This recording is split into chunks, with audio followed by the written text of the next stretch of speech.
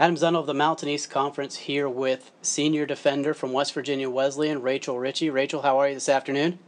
I'm good, Adam. How are you? I'm great, thanks. Bobcats ranked top 15 in the country. A couple of draws that ended the unbeaten streak there. Tell me a little bit about the season so far. We've been having some ups and downs, but overall I think we've been doing really well.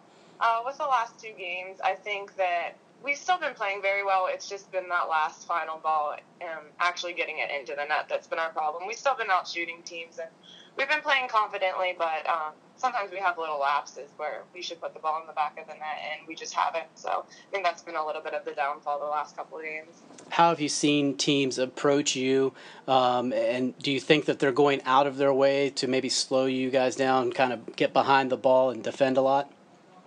I think that's part of it. I think that some teams, because we are ranked highly, beating us puts them higher in the rankings. So I think that everyone seems to play us a lot harder than I think maybe they approach every game. But that's something we have to take into consideration every time we step on the field. I think everyone in this conference has forwards and has players that are really dangerous. So you can't really go to sleep for a second because if you do, somebody's bound to punish you. So.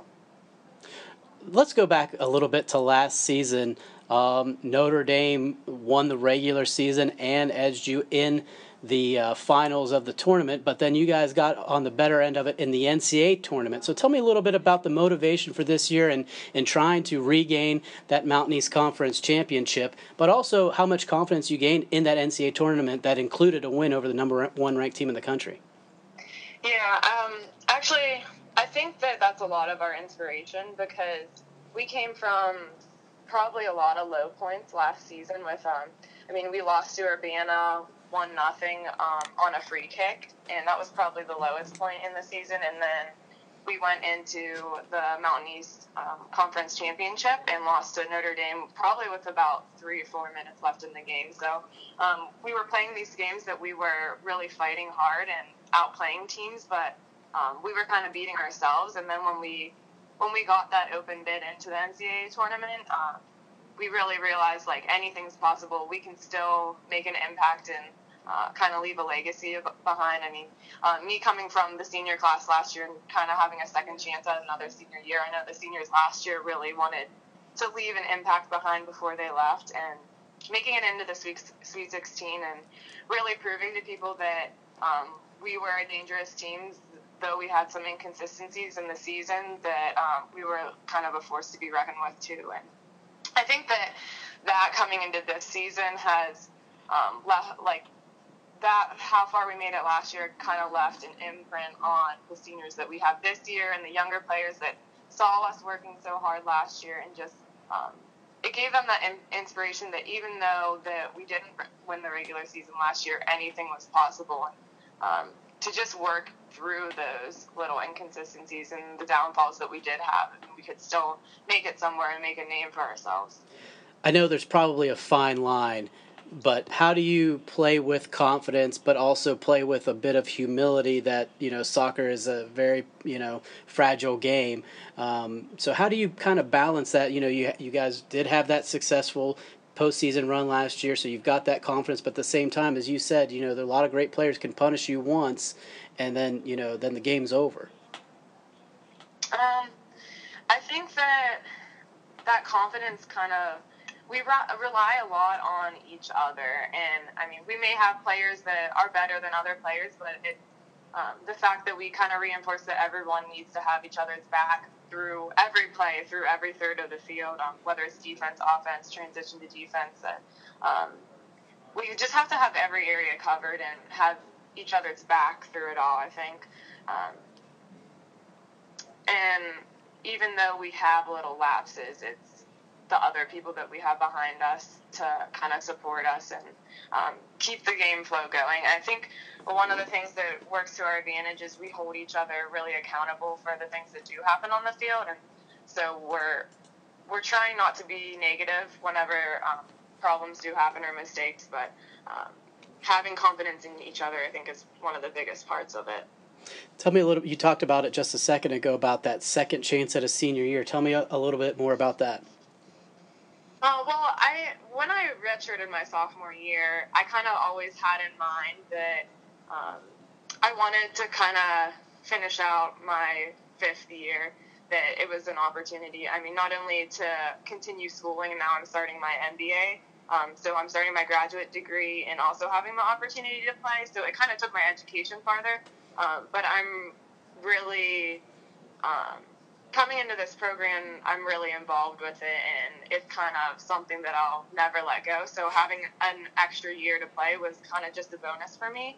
I mean, I felt involved with it my sophomore year, but it wasn't the same just not being able to play with the girls. So, and I think being in the position that I am, after we had such a huge comeback last season, my vision kind of, I guess, was to try and, we had a huge senior class that was leaving up to 10, 15 girls, and everyone had their thoughts in their minds were, how are we going to keep our expectations this high when we just lost all of our starters?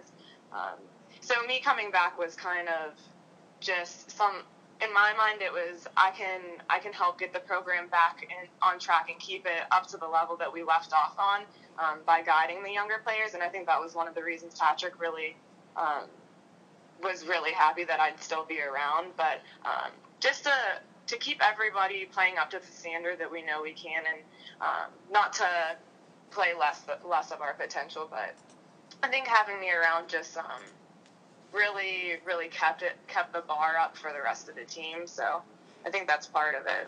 When did you make that decision to return for that fifth year? I know you said you kind of always had it in your mind, but when did you say, yeah, I'm going to be back? Well, throughout, I was kind of superstitious last season because I've already had 3 ACL surgeries, so I didn't want to say I'm definitely coming back next year, and then something happened throughout the season where I'd get injured and be like, oh, I really can't play soccer anymore.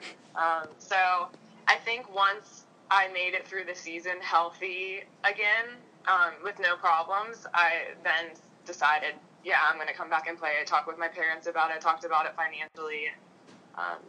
It wasn't until the end of the year that I decided I was going to start my master's. Or initially, I was just going to come back for a semester and finish that semester and leave. But now I'm here for this year and next year, and I think Patrick's happy to have me around next year to kind of help out with the program and still be around the girls.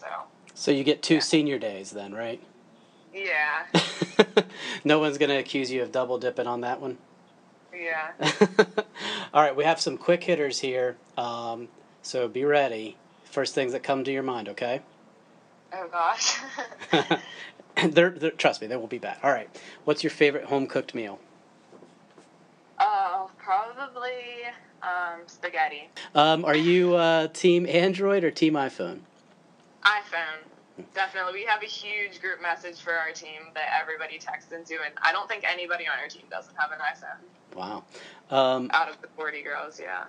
All right. What is your social media of choice, for top choice?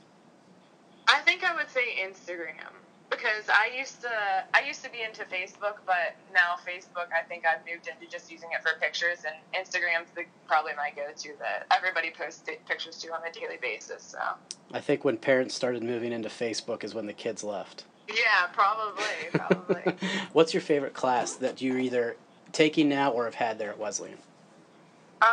I did my undergrad in graphic design, so I would have to say probably my graphic design 2 or portfolio prep. All right. Are you a big fan of the Mountain East graphics then, I'm sure, right? Oh, yeah. Okay. I do like the new graphics. I think it's a new look as compared to the Wibiak, which was kind of a old, outdated look. So there you go. I like it a lot better than the Wibiak was. Well, we like to hear that. All right, night in or night out? Definitely night out. I'm definitely a very social person as well as the rest of the team. So we kind of go out in herds whenever we're around.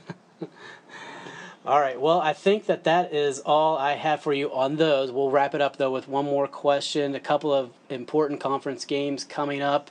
Trying to get 3 points and get away from those draws. What do you guys need to do to be successful here, and not just the upcoming games, but for the rest of the season? I think a lot of times it comes down to our composure when we are in front of the net. I think that we're working well and combining on all thirds of the field, but it's kind of that final execution of the final ball into the net sliding for that ball to get it in the back of the net, or using the right technique or right foot to actually execute that ball. So I think it's having that composure and that ability to make that decision in that split second that will be what puts us farther, especially when we're out shooting teams by as much as we are and have been right now.